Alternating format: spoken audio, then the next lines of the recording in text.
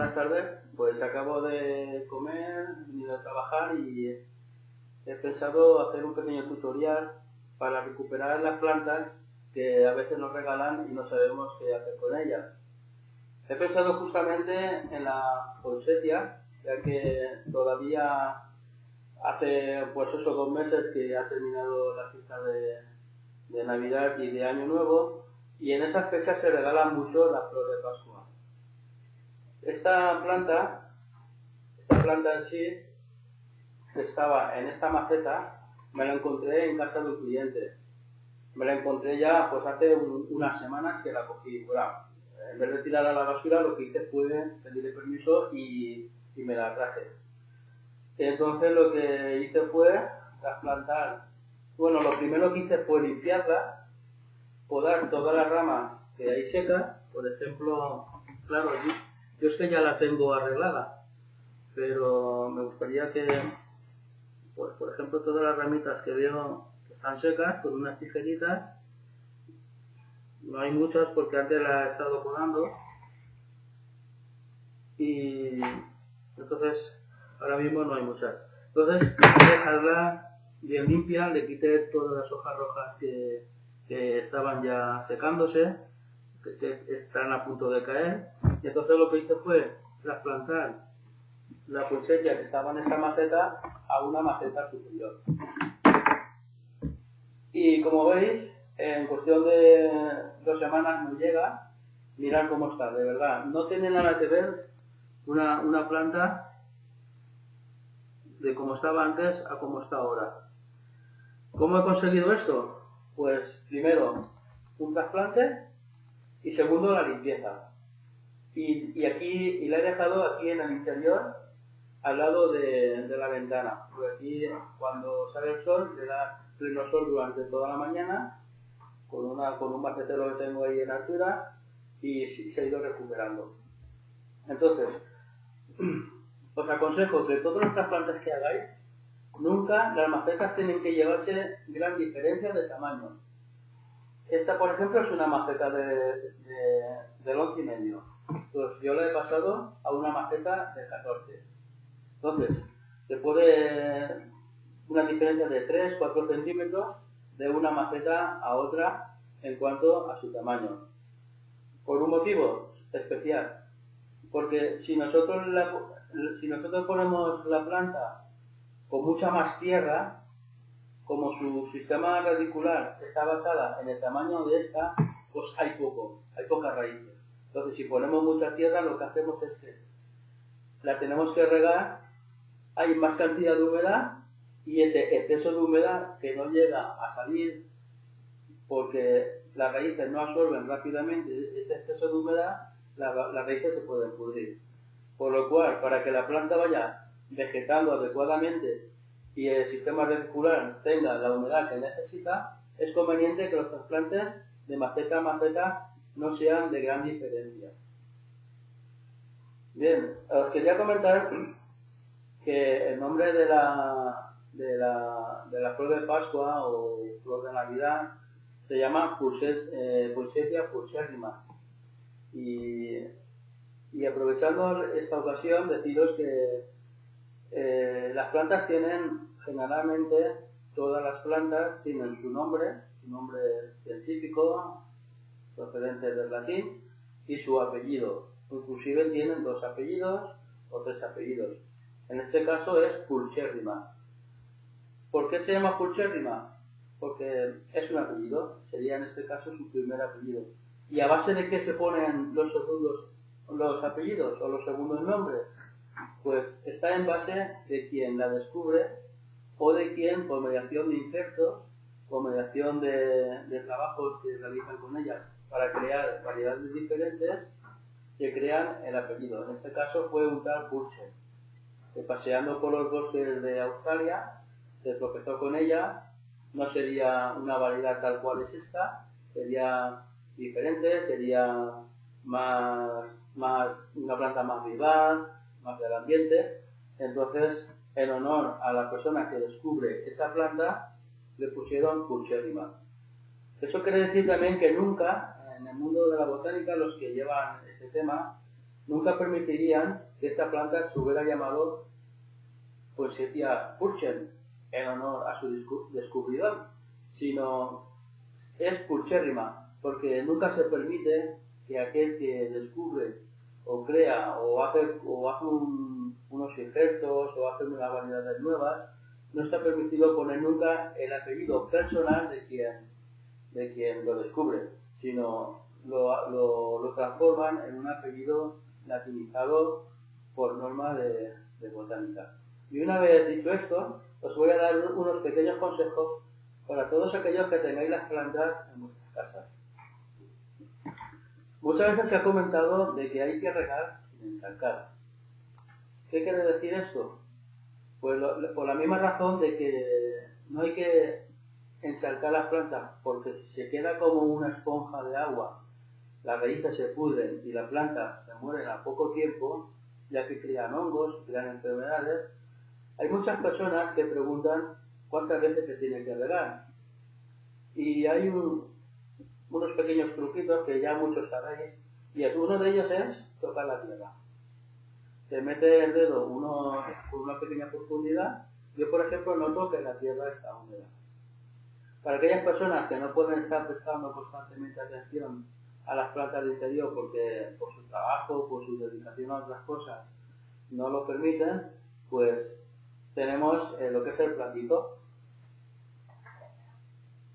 Y este consejo va referido a todo tipo de plantas que tengamos en nuestras casas, plantas de interior. Tenemos este platito.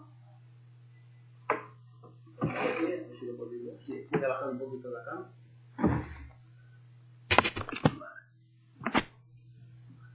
Bien, pues tenemos este platito que donde habitualmente tenemos nuestras plantas en el suelo o encima de una mesa o en cualquier otro lugar. Lo mismo que os he dicho de las macetas, que los trasplantes no pueden ser mucho más grandes de lo que debería de ser, o sea, tamaño 2 o 3 centímetros, por ejemplo, si el año que viene es más grande, pues la trasplantaría una cosa así, en fin, 1 o 2 deditos de ancho es lo que permitiría un mayor volumen adecuado, para no crear un exceso de humedad en la tierra. Entonces, ¿qué sistema tenemos para regar? Uno sería, lo ponemos en el plato, y lo que menos aconsejo, pero que muchos lo hacen, es llenar un poquito de agua en la maceta. Yo esto siempre lo descarto, porque la raíz, con el tiempo, empiezan a salir por estos agujeritos, se mantienen en contacto con el agua, y la raíz no es un tubito que va absorbiendo la humedad y las raíces no funcionan como tubitos.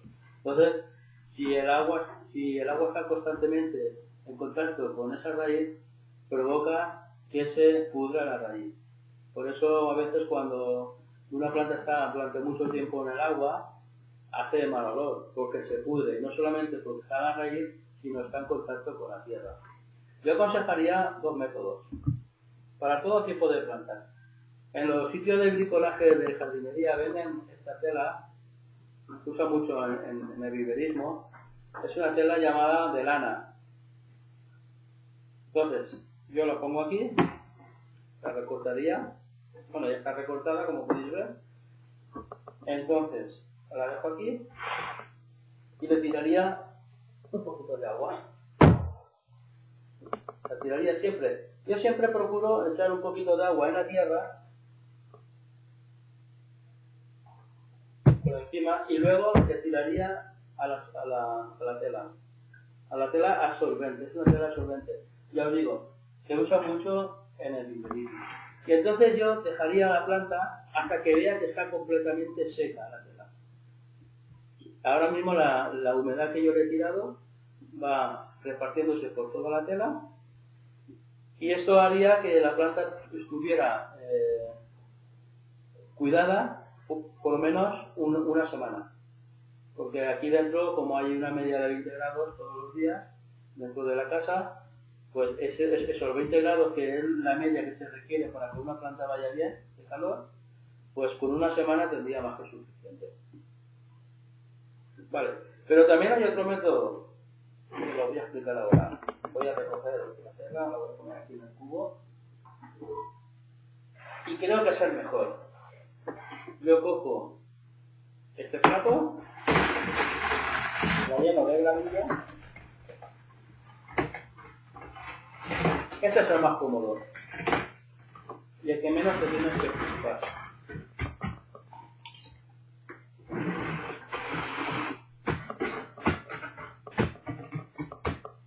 La lleno de agua.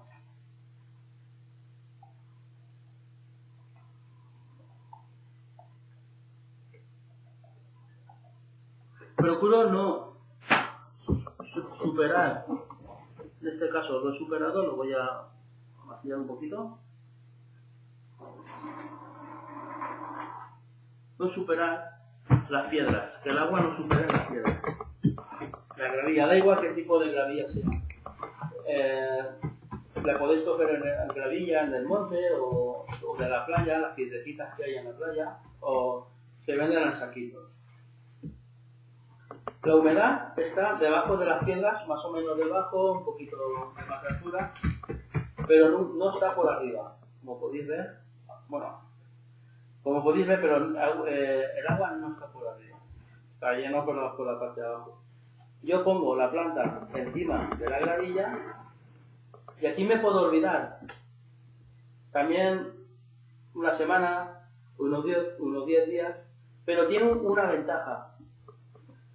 Con la tela de lana que está humedecida, con el absorbente, los ojeritos casi tocan la tela. Lo cual quiere decir que el agua está en contacto con la tierra. Y también, si es el caso, si salen raíces por debajo, también con las raíces. Y esto es lo que provoca problemas de hongos y de enfermedades. Estando encima de la gravilla, no hay ningún contacto con la humedad. Y algunos se preguntarán,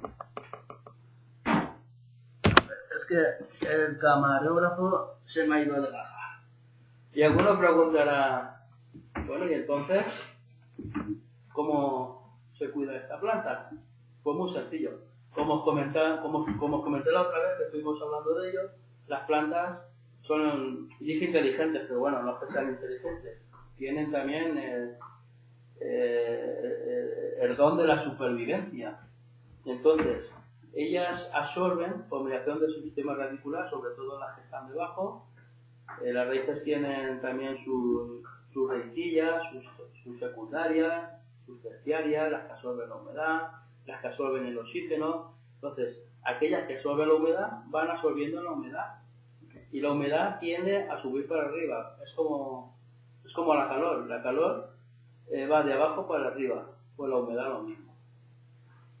Y como os he dicho antes, puede estar como 10 días sin ningún tipo ya de cuidados. Lo que sí que aconsejo, ahora ya que empieza la primavera, es con un spray con agua, humedecer de vez en cuando las hojas para que mantenga la humedad y la planta tenga más vigor. Pues esto es un primer consejo que os doy en cuanto a una forma práctica de cuidar las plantas. Si tenéis más preguntas, las podéis hacer. Y ya para la semana que viene hablaremos del abono. Venga, muchas gracias.